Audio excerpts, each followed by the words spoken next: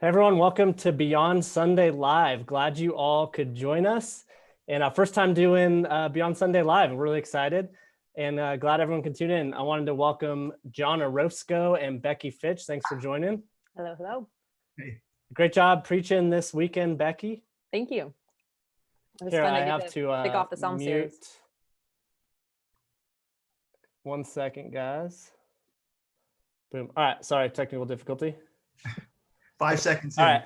The YouTube popped up and was like playing, so I was hearing two things in my ear. Anyways, welcome everyone. So if you're new to Beyond Sunday, every week we dive deeper into the sermon from Cornerstone Fellowship, and we have additional content that usually we don't have enough time in the sermon to preach, and so we like to go deeper into that content.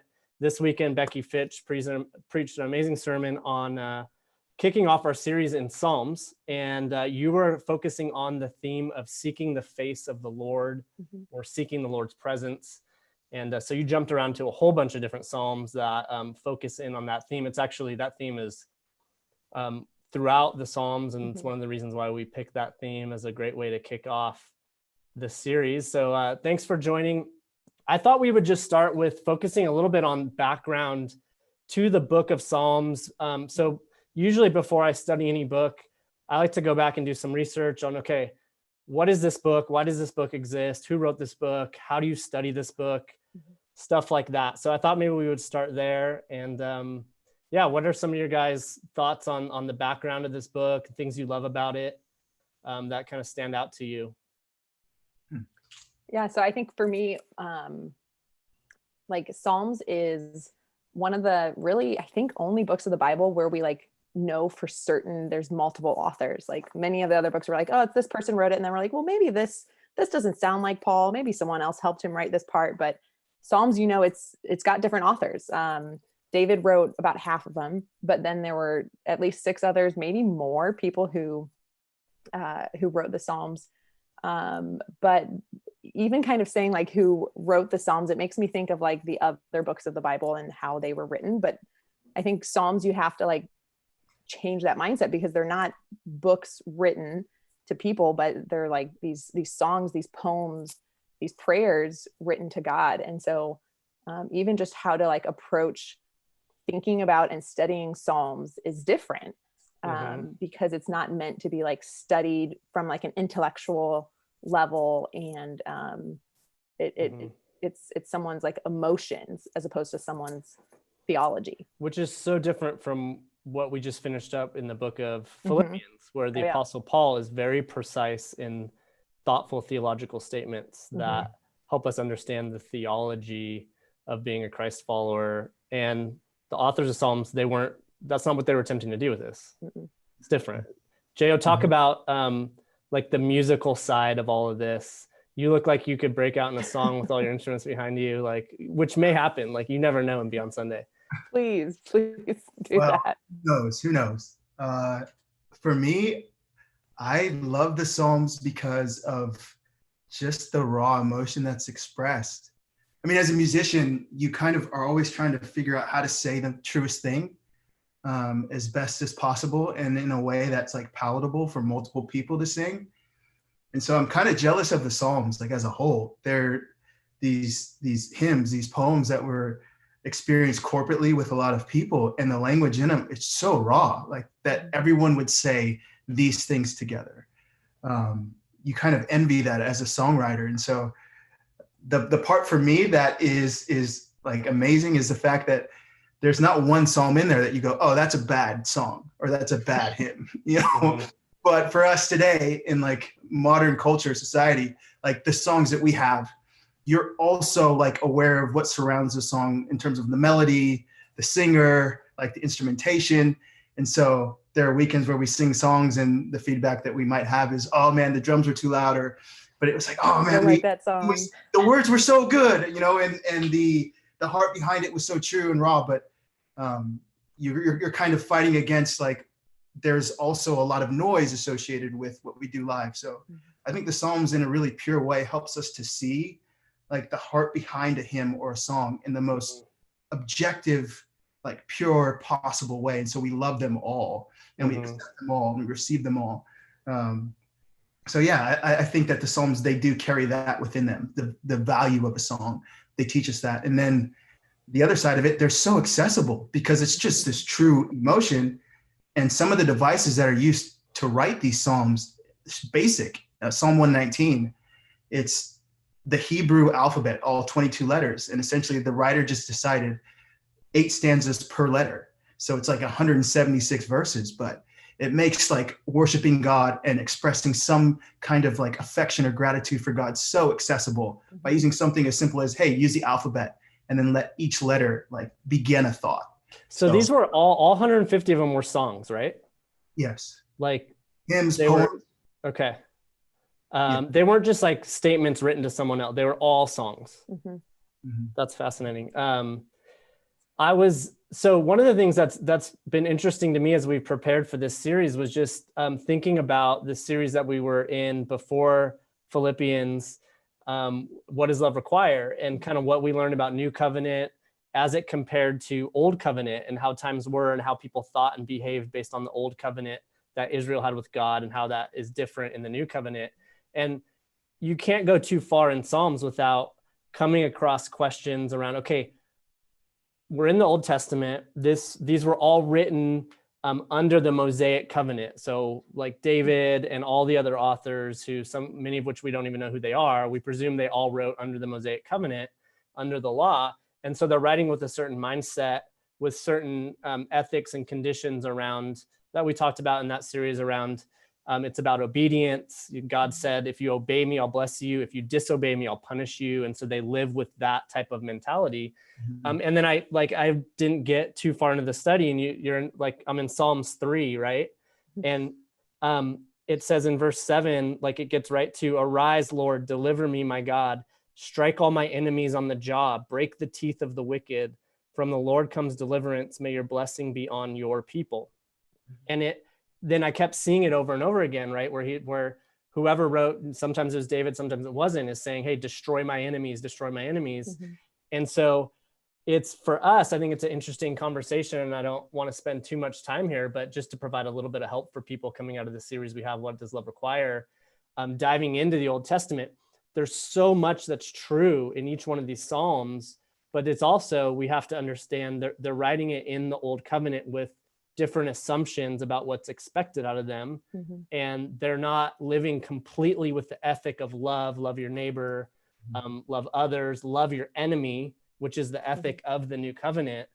They're living a different lifestyle, and it plays out differently. And so as we read the Psalms, there's so many things that are 100% yes, like the cries out to the Lord, and the Lord is my shelter, the Lord is my refuge, the Lord will always protect me. There's things that are true about the character of God always, but then there's other parts where we have to study it and learn it and appreciate what it was for in that time, but we're not necessarily going to pray, Lord, destroy all the people I don't like.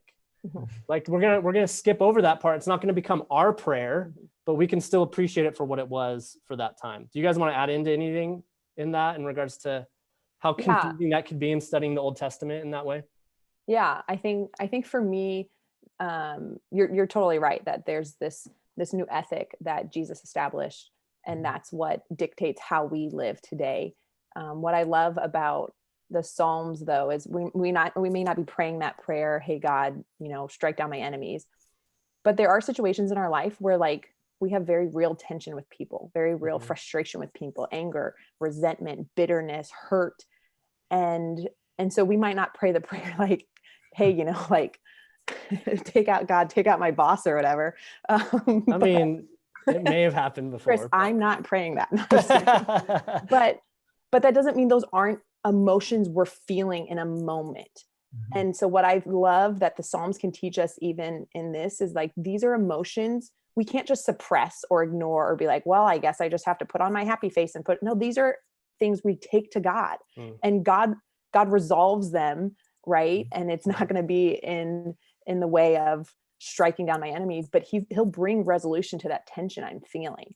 And so I think that's what I love about the Psalms the most, is that it doesn't just look over things that are wrong that I may not be feeling, or that I may be feeling. That's so true. It gives me an opportunity to bring that before God and allow him to bring resolution to those things in my life, apart from the people, like the people they may have never changed. I may still be, like that relationship or whatever, that tension was never resolved, but I can have peace. I can release that retaliation, that vengeance, that anger, whatever, when I take those before God. Yeah, that's really good. Yeah. Go ahead, John. I would just say, like, I fully agree. It just highlights the value of truthful, like, when you're verbalizing how you're actually feeling, and how that can be so worshipful. And God is just like ready to accept the real version of you and the real emotions that you do carry. And in that space, like you're saying, like there's this resolve to whatever degree is necessary. Like it's a changing of your mind, a changing of your heart. And that makes like worship when you're coming in spirit and in truth, like exactly as you are with what you're feeling, and you're bringing it before God, who can take that on. So yeah, I do love that about it. Yeah, 100%. I'm with you for sure. Before we move on to the next question, I just wanted to let everyone know, if you're watching live, use the chat bar and ask a question. If you have a question about anything we're talking about or something we haven't gotten to, we may or may not answer it. We may save it for a future Beyond Sunday episode as we continue on through the book of Psalms, but feel free to engage and ask away. All right. So I want to ask you, both of you, how do you generally experience the presence of the Lord? A lot of the times the Psalms would say seeking the Lord's face, which is like this desire to be in the presence of the Lord, which it unites Old Testament and New Testament. We have this desire to love the Lord and to be in his presence. It's like built into who we are. So what does that look like for you? Becky, you did a great job of teaching on how that could be so different. It's not formulaic, it's different for every person. But how does that generally play out for you? Yeah, for me personally, I am an introvert. And so for the majority of my life, like I experienced God most in moments of solitude, when I was quiet, when I was praying, when I was, wherever. I love, my family's like a road tripping family. I love driving by myself for extended periods of times. Like it's fantastic. And so those moments are when I typically would just feel like I, in a tangible way, could feel God's presence or sense God's presence or talk to him. I am my stage of life currently, I'm literally never alone. And so it's been interesting. I've kind of had to like grieve in a sense, the ways I used to connect with God, because they just don't happen. I don't have an hour in the morning, literally like the mornings where I'm like, all right, I'm going to wake up earlier. This is going to happen. Like my kids wake up early. They never, like, they are so consistent sleepers. And then the one, like, I swear they know, they're just bugging me. But, and so, yeah, I've had to kind of like get creative and think of different ways. For me, honestly, maybe this is TMI, like whenever I'm in the shower, like Garrett used to get mad at me and seriously like, why are you taking a half an hour in the shower? But that's like my alone time. And that's the time when I most talk to God and connect with God. Becky, you're not saving California water. I totally am not. Gosh, that's so. I totally am not. Responsible of you. I have a lot of hair. Okay, showers just take a long time. but it's like it's my space to be alone. But then in this season, I feel like because we're always like with people or with my little boys, just like me either verbally out loud to myself or even just in my head, like acknowledging God's presence is what helps me the most. And so like whether I'm, working or I'm with the boys playing or whatever I'm doing, like just kind of entering into that moment, acknowledging that God's presence is here. And it's usually me who is not like pausing enough to be aware of that. That's been helping too.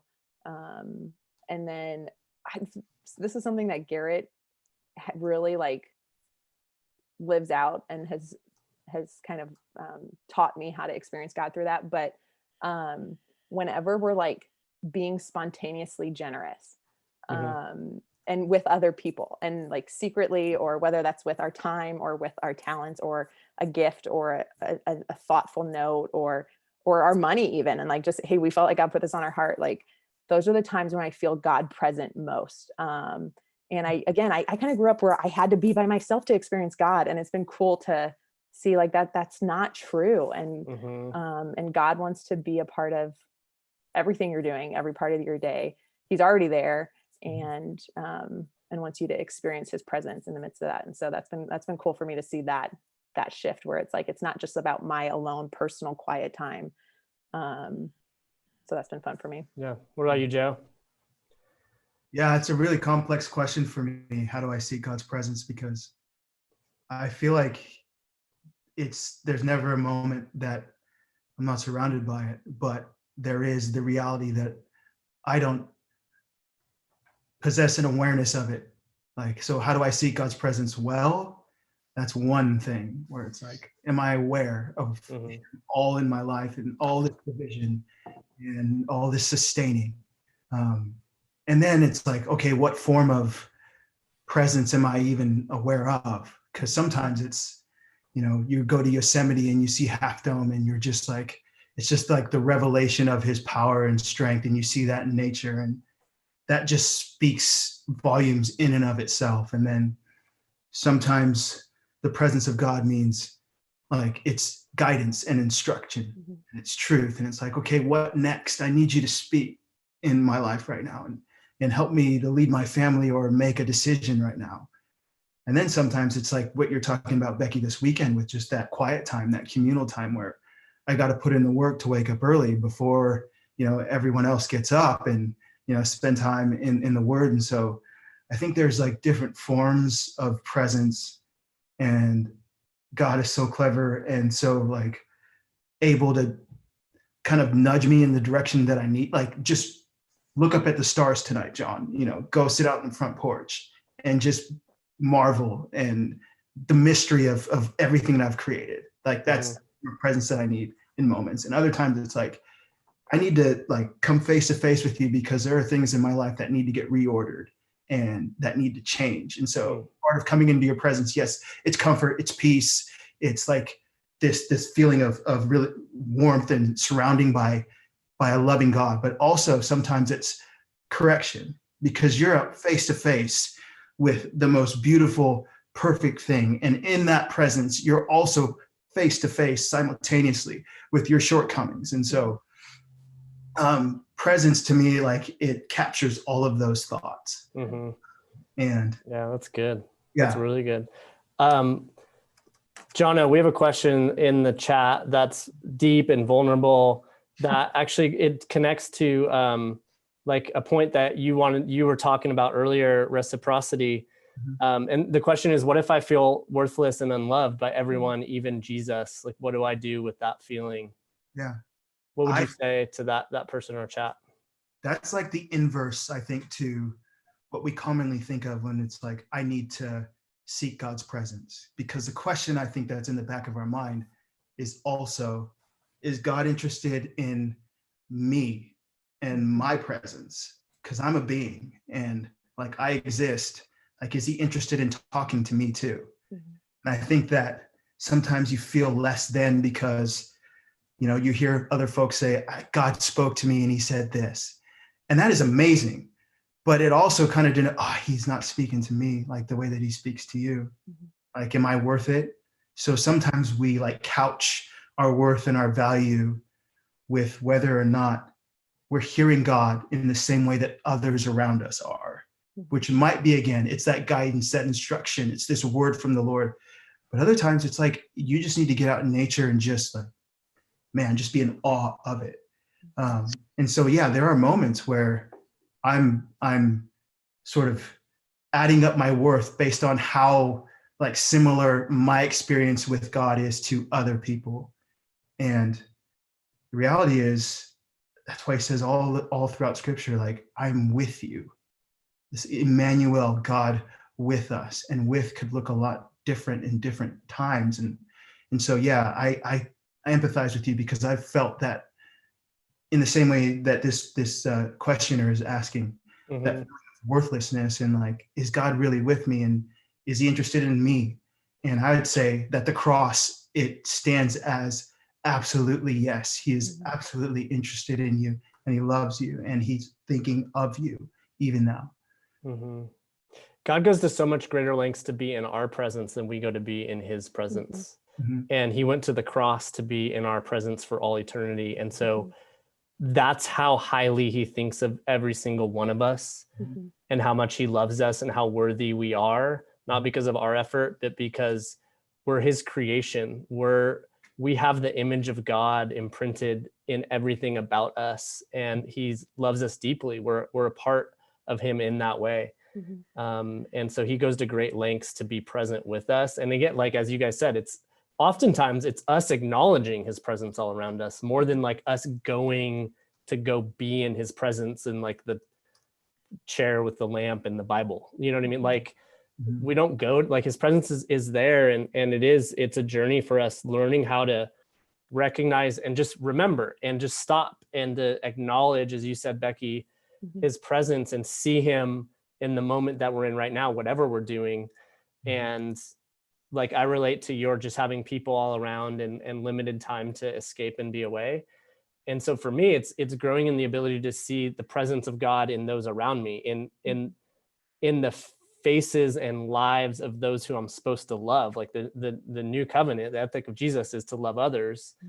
And so that should be, like, logically the place where we find God's presence the most is in the being of the people around us that we're supposed to be loving. But oftentimes, like, I'm not viewing it that way. I'm not seeing them as God's presence right there with me through them. I have to go get away to like my chair alone to like experience God's presence. And that's how I grew up being taught. And yeah, I experienced God's presence there also, but that's just a small slice of it. And so someone in the chat asked that question: how do I recognize God's presence? And I think, you know, my first answer to that would be, when I feel the attribute, like, who is God and what are his attributes? What's he about? So peace, love, joy, but even correction and truth, like you brought up, John, like that can be a feeling that we have that we can attribute to God when something's pointed out about us that we're like, you know what, I could be better in that way. Like, that's God's spirit provoking his presence in us, provoking something. How would you guys answer that question? Like, how do you know when, like, I just had a moment where I recognize God's presence? I think there are moments that you are just filled with compassion you were not expecting. There's this thing where I've always been kind of like puzzled by it. You just feel pain and you're like, where did that come from? I'm not like hurt, nothing's broken, nothing's bleeding, but I've seen something that has caused me to feel like intrinsically like uneasy and discontent, and like I need to do something right now. And you just get overcome by the sense like I should act. And where does that desire to act come from? I mean, in many ways, that's what this COVID-19 thing is. It's like a lot of people are hurting. And so many people are doing what they can, and they're sacrificing in many different ways because there's this compassion within humanity. And you go, where did that come from? And in my mind, that's like the presence of God that is very others focused, others centered.